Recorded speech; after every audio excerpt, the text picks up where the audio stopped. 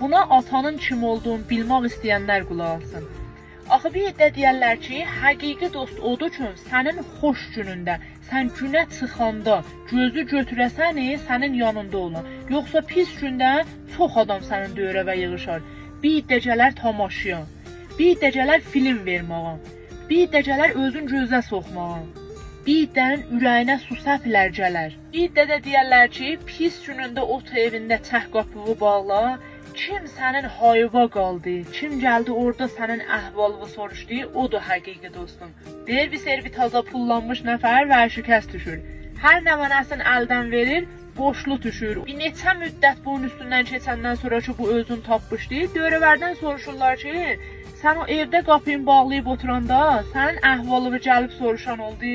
Bu başlayır tərifləməyə, deyir mən o pulluluq zamanı pula cəhət özümdən qəşəng çıxmışdım, atamla savaşmışdım, neçə illər idi rabitəmi qət eləmişdim. Deyir, vərşikəst düşəndən sonra evdə oturmuşdum.